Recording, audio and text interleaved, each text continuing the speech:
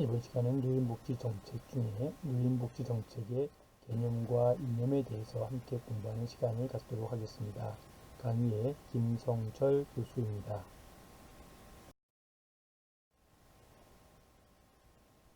노인복지 정책은 노인복지의 개념과 이념, 노인복지 정책의 개념과 이념, 노인복지 정책의 체계와 영역, 노인복지 정책 분야와 형성 과정으로 이루어졌습니다. 그 중에 노인복지 정책의 개념과 이념을 함께 공부하도록 하겠습니다. 노인복지 정책의 개념이라고 하면 어떤 것일까요? 바로 노인복지 정책이라고 할 때 적절한 개념화가 필요한데요. 바로 노인이라는 것과 노인과 연결되어서 복지 정책이 함께 합성이 되어서 노인복지 정책이다라고 정의가 되었습니다. 그래서 노인복지와 정책이라는 두 단어가 합쳐진 용어적 의미를 갖고 있는 것이 노인복지 정책이다. 이렇게 이해하시면 되겠습니다. 자, 노인복지는 노인들의 생활의 질 향상을 시키기 위한 국가의 활동이다. 이렇게 이해하시면 되겠고요. 랜덤 하우스 사전에서 보면 뭐라고 이야기하냐면 정책을 이를 융통성 있게 효율적으로 운용하기 위한 방침이고 방책이다 라고 하는 것이 랜덤 하우스 딕셔너리에 나오는 이야기입니다. 다음에 라스웰과 카프란이 이야기한 내용을 보면 정책을 사회 변동의 계기로서 미래 탐색을 위해서 필요한 가치와 행동의 복합이다 라고 설명하고 있습니다. 또 얀츠는 뭐라고 이야기하냐면 정책을 규범적인 사고와 행위의 1차적 표상이며 지침이다 이렇게 정의하고 있습니다. 다음은 노인복지 정책의 이념을 살펴보면 앞에서 논의된 바와 같이 노인복지 정책은 장애인이나 여성이나 아동 등과 같이 사회복지 정책의 주요 인적 대상이 바로 이러한 아동, 청소년, 그리고 여성, 장애인으로 볼 수 있다는 것이죠. 그리고 전체 국가 정책에 속하고 있는데 여타의 사회복지 정책과 마찬가지로 정치, 행정, 경제, 그리고 시민 사회적 환경에 정책 철학에 지대한 영향을 받고 있다라고 볼 수 있습니다. 우선 노인복지 정책의 목표를 살펴보면 첫 번째가 국민적 최저 수준의 생활 유지 원칙이 있습니다. 두 번째 원칙은 사회적 통합의 원칙이 있습니다. 세 번째는 개인의 성장 욕구 충족 원칙이라고 하는 이 세 가지로 정리할 수 있습니다. 즉 노인도 국민으로서 인간다운 생활을 유지할 수 있는 최저 수준의 경제적 보상을 받아야 하며 여기서 최저 수준의 생활 유지란 나름대로 빈곤선, 퍼버티 라인이죠. 퍼버티 라인의 빈곤선 이상을 의미하고 있다라고 하는 것이죠.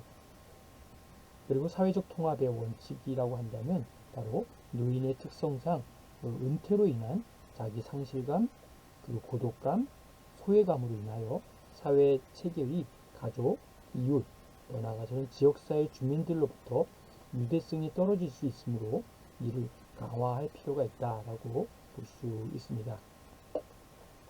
개인의 성장 욕구 충족의 원칙이라고 한다는 것은 노인도 엄연히 인생 주기상 인간 발달에 나름대로 한 단계에 해당되기 때문에 자기 완성이라고 하는 최종 단계에 있는 만큼 이 시기에 맞는 성장 욕구를 충족시키는 방향에서 노인복지 정책이 이루어져야 할 것이다 라고 볼 수 있습니다.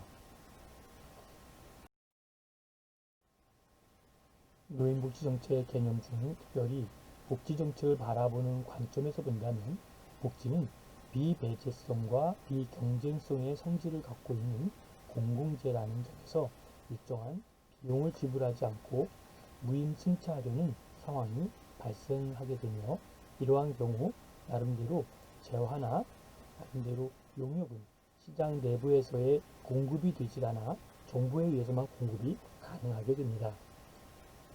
특히 사회보험이 아닌 공공부조나 일부 사회복지 서비스 부문은 시장 내부적 결함에 의한 공급의 문제다라고 볼 수 있습니다. 그리고 시장이 완전하게 작동하고 수요와 공급에 문제가 없더라도 경쟁체제에서는 노인 등의 고령 인력은 생계의 위협을 느낄 정도의 저소득층에 남기 쉽습니다. 이때 정부는 고령자 고용 촉진이나 최저임금제 등을 통하여 외부적 결함에 대응할 수 있음을 볼 수 있습니다.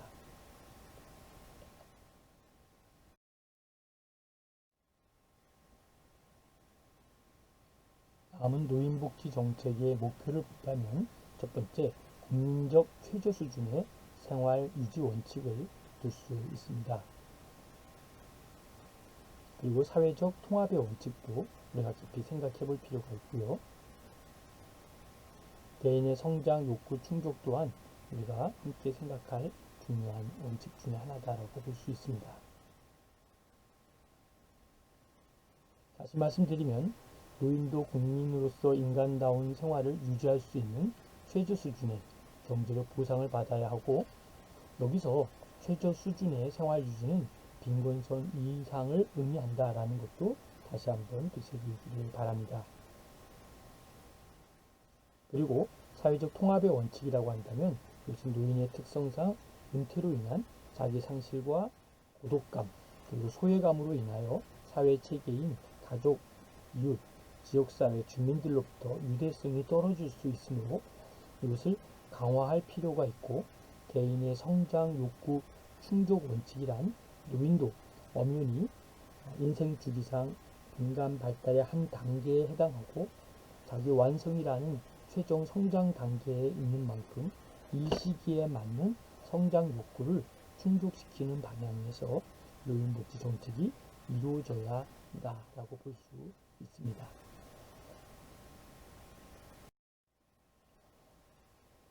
그렇다면 노인복지 정책이 추진되어야 할 타당성에서 먼저 생각할 것은 경제적 타당성이다라고 볼 수 있습니다.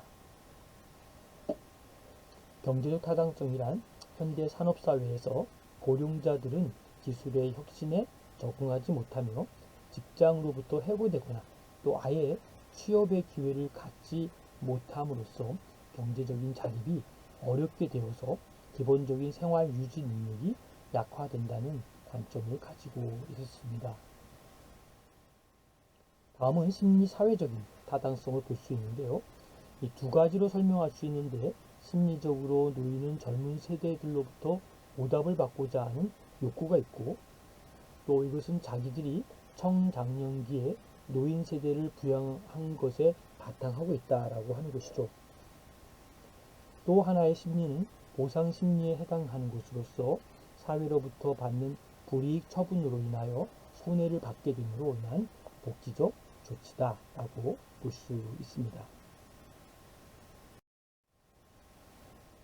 다음은 윤리적 타당성을 이야기할 수 있는데요. 바로 노인의 사회적 기여도에 기초하는 것으로서 일생 동안 바로 가족, 다시 말하면 자식과 사회를 위해 기여한 공과에 대하여 정부가 복지적 대책을 강구하는 것은 윤리적으로 타당한 것이다 라고 볼 수 있습니다.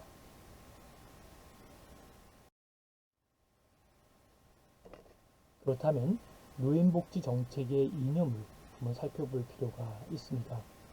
첫 번째가 존엄성 및 개성 존중의 원리다라고 볼 수 있겠죠. 그래서 인간은 누구나 타인과 구별되는 개성이 있고 인간 자체로서의 존중을 받아야 된다라고 볼 수 있습니다. 그러므로 노인복지 정책의 활동 지침으로서 가장 먼저 노인의 존엄성과 개성이 존중되어야 할 조항이고요. 이것은 미국과 일본의 노인복지 정책에서도 중요시하고 있다라고 볼 수 있습니다. 우리나라의 전통 사상에서도 찾아볼 수 있고요. 고조선 시대의 홍익인간 이념이나 불교나 유교의 인간 존중 사상과 바로 동학의 임례천 사상이 바로 그것이다라고 볼 수 있습니다.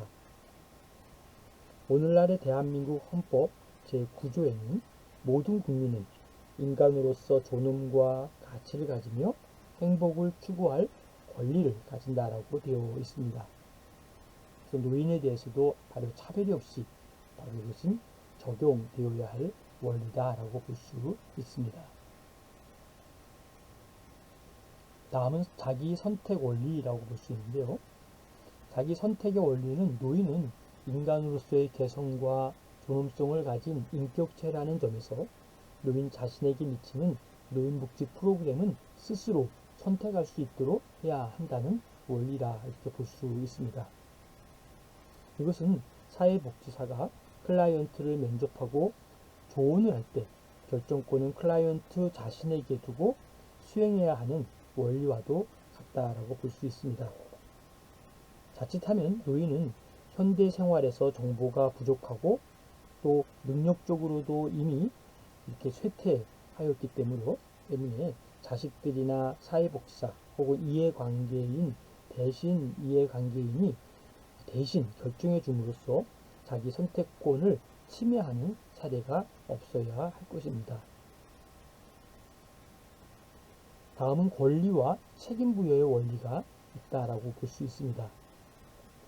노인복지 정책이 무조건 노인을 보호하고 보장해주는 취지만 있는 것이 아니라 노인 스스로 자신의 생활을 책임질 수 있는 상황을 부여하는 복지 정책이 수행되어야 한다라는 원리를 이야기하고 있습니다. 그래서 노인도 연령에 따라서 사회적 활동이나 또 경제적 활동을 할 수 있을 만큼 정부도 단순히 보호의 대상으로 간주하는 것보다는 그들의 나름대로 지식과 경험을 활용하여 사회의 발전에 공헌할 수 있도록 나름대로 자구책을 조장하여야 한다라고 볼 수 있습니다.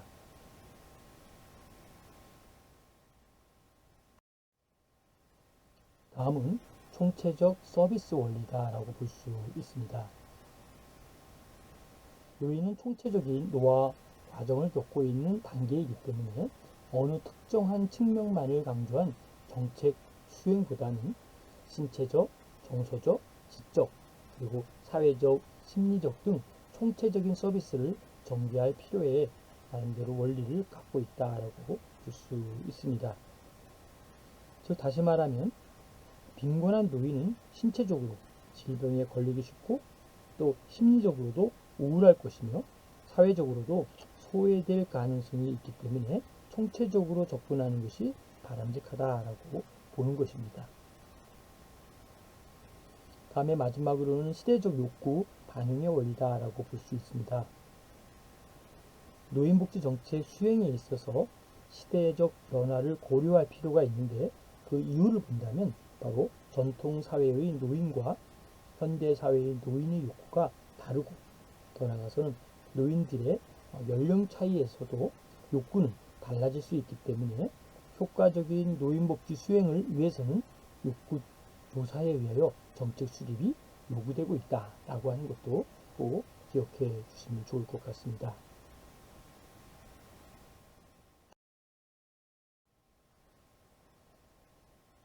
사진에서 보듯이 부양 치중된 노인복지 정책은 예방 중심으로 전환되어야 될 것이다 라고 볼 수 있습니다. 현재 노인 부양이 이러한 추세로 진행된다면 엄청난 큰 위기에 봉착하게 될 것이고 이것은 우리나라의 문제만이 아니라 세계의 문제 중에 하나로 우리가 깊이 관심을 갖고 연구하고 고민해야 될 과제다라고 볼 수 있습니다.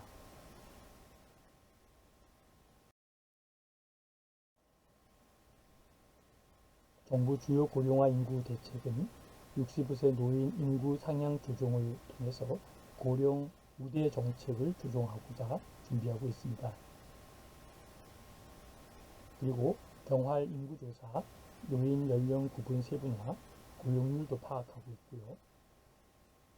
고용자 맞춤형 새 일자리 모델 도입과 금융회사 오프라인 점포 폐쇄 시 사전 절차 강화를 통해서 노인 인구 금융 접근권을 보호하고자 합니다.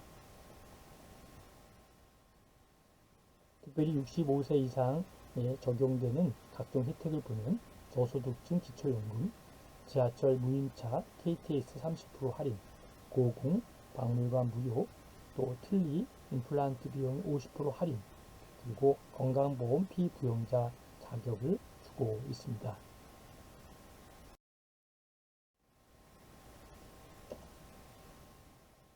끝까지 경청해 주셔서 감사드립니다. 질문은 카톡으로 남겨주시면 꼭 답변 드리도록 하겠습니다. 감사합니다.